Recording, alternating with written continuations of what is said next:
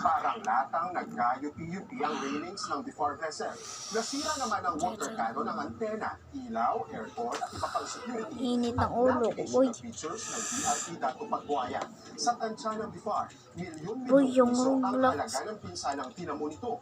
Nakatakda sa ilalim sa assessment at repairs ang barko ng BIFAR. May video naman na inalabas ang China Coast Guard kung saan Pilipinas yung Roblox ko, boy. bumangga sa barko nila sa Calboro. Sa State One News website ng China na Global Times, iginiit ng Boy, CCG bibigyan na ko ilang kayo beses doon daw nilang ng binalaan 300. ng BIFAR pero nagsagawa pa rin daw ito ng dangerous maneuvers.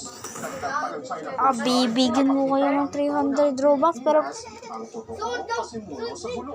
Nililig lang daw ng Pilipinas ang publiko para sisihin ang China. pero kung mababalik lang yun, sige.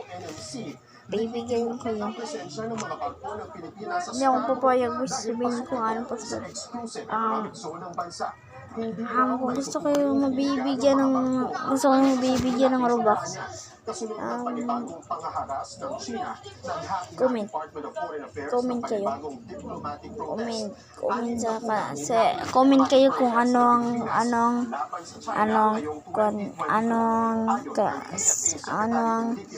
name nyo.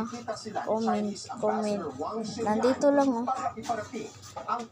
Dito lang, comment.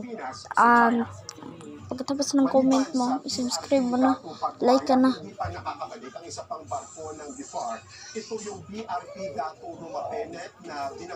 Mag-live tayo agad tapos sabihin natin kung ano ang password.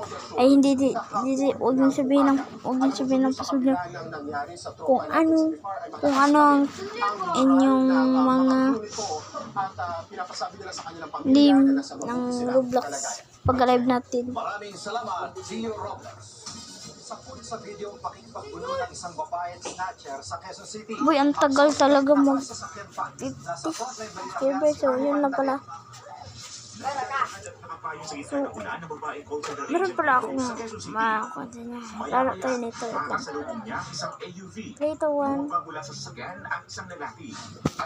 3, 2, 1. Pero hindi tumima dahil sa insidente. Naaresto naman ang kasabot ng suspect Ice sa isang cream, yummy. follow-up operation ng mga pulis at barangay.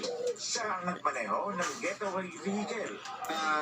10 oras sa pagkipagtulungan din po ng ating mga barangay at ating mga CCTV, natuntun po agad natin yung suspect. So, natuntun po natin yung location niya. Nahuli po natin Okay, yung comment lang kayo kung ano ang inyong mga yan. Pulis pa ang mismong ng agaw ng Sana manindot Hindi na, naman sana pinapahayag ang inarestong suspect. gustuhan nyo. Comment. Subscribe, like, thank you. Sa reklamong